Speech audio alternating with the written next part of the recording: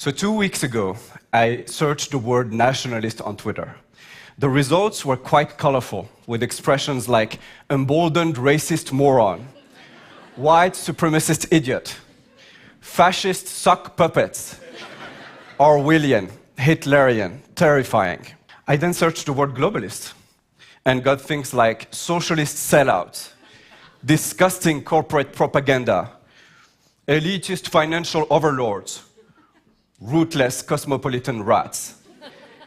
Even by social media standards, the words are cruel and disgusting, but they reflect the intensity of one of the most fundamental questions of our times. Nationalism or globalism? What is the best path forward? This question impacts everything we care about: our cultural identity, our prosperity, our political systems, everything, the health of our planet, everything. So on the one hand, we have nationalism. Collins defines it as a devotion to one's nation, but also a doctrine that puts national interests above international considerations. For nationalists, our modern societies are built on national grounds. We share a land, a history, a culture, and we defend each other. In a big and chaotic world, they see nationalism as the only sensible way to maintain social stability. But alarmed globalists warn us. Self-centered nationalism can easily turn ugly. We've seen it with 20th century fascisms. Bloody wars, millions of deaths, immeasurable destructions. On the other hand, we have globalism. The Oxford Living Dictionary defines it as the operation or planning of economic and foreign policy on a global basis. For nationalists, globalism is rapidly deconstructing what our ancestors took decades to build. It's like spitting on our soldiers' tombs. It's eroding our national solidarities and opening the doors to foreign invasions. But globalists make the case that reinforcing our global governance is the only way to tackle big supranational problems like nuclear proliferation, the global refugee crisis, climate change, or terrorism, or even the consequences of superhuman AI. So we are at the crossroads, and we are asked to choose nationalism or globalism. Having lived in 4 continents, I've always been interested in this question. But it took a whole new level when I saw this happening. The biggest surge in nationalist votes in Western democracies since World War II. All of a sudden, this isn't theory anymore. I mean, these political movements have built their success with ideas that could mean down the road losing my French citizenship because I'm North African, or not being able to come back home to the US because I come from a Muslim-majority country.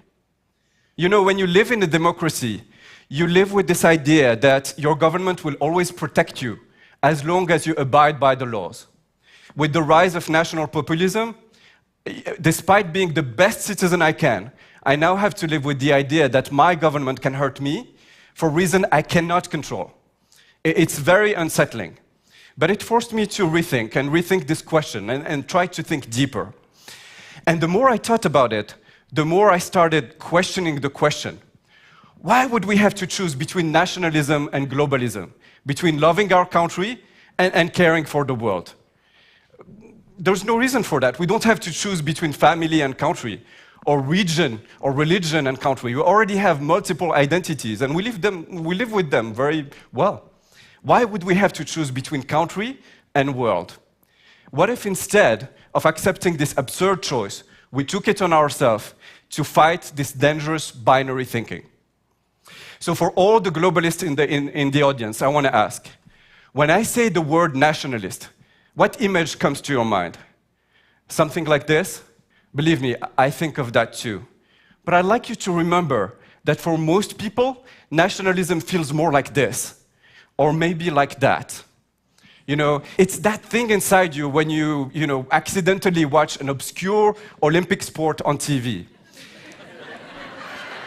Wait, and the mere sight of an unknown athlete wearing your national colors gets you all excited.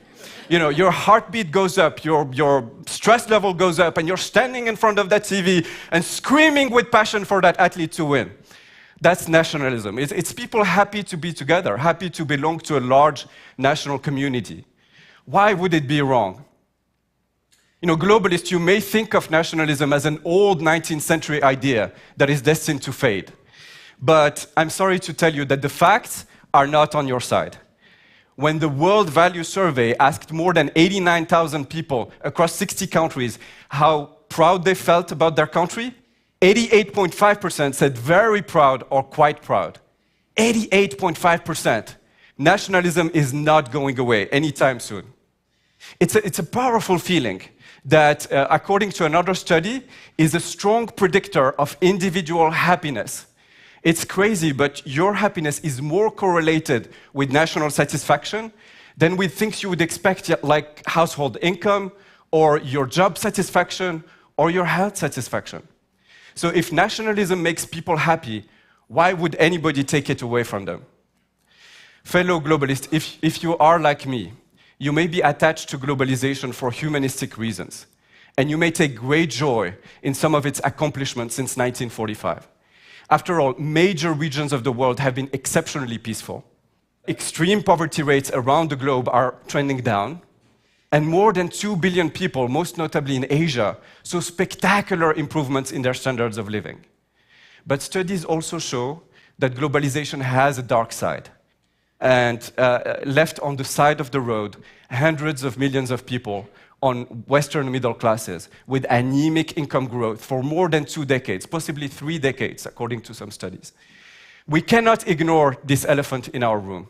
If anything, our collective energy would be better used finding ways to fix this aspect of globalization instead of fighting this polarizing battle against nationalism. So now, the nationalists in the audience, I have some crusty, non-binary nuggets for you. When I say the word globalist, what comes to your mind? Out-of-touch 1% plutocrats? Or maybe the heartless, greedy Wall Street type, right? Or maybe people like me, with multiple origins living in a big cosmopolitan metropolis. Well, you remember that World Value Survey that I mentioned earlier? It showed another fascinating finding.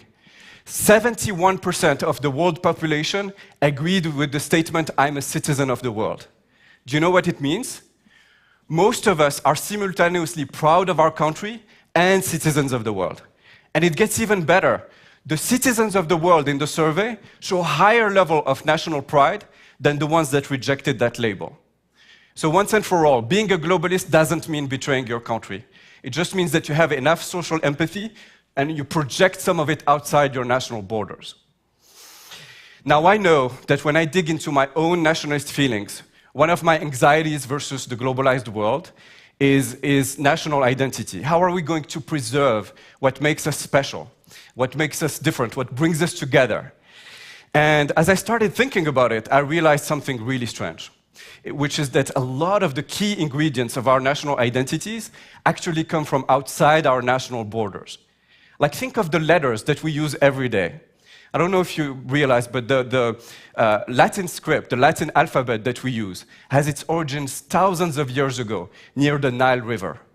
It all started with a cow just like this, that was captured by a scribe into an elegant hieroglyph. That hieroglyph was transcribed by a Semite in the Sinai into the letter Aleph. Aleph traveled with Phoenicians and reached the European shores in Greece, where it became Alpha, the mother of our letter A. So that's how an Egyptian cow became our letter A. And same thing with the Egyptian house, that became Beit, Beta, and B, and the Egyptian fish that became Dalet, Delta, and D.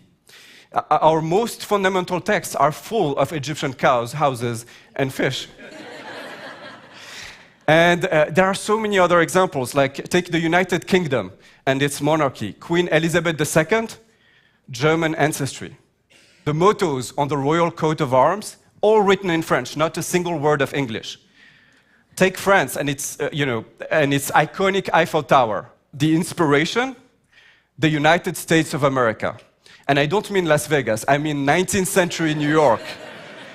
This was the tallest building in New York in the mid-19th century. Does it remind you of something? And you may think of China as a self-contained civilization protected behind its Great Wall. But think twice. The Chinese official ideology, Marxism, made in Germany. One of China's biggest religion, Buddhism, imported from India.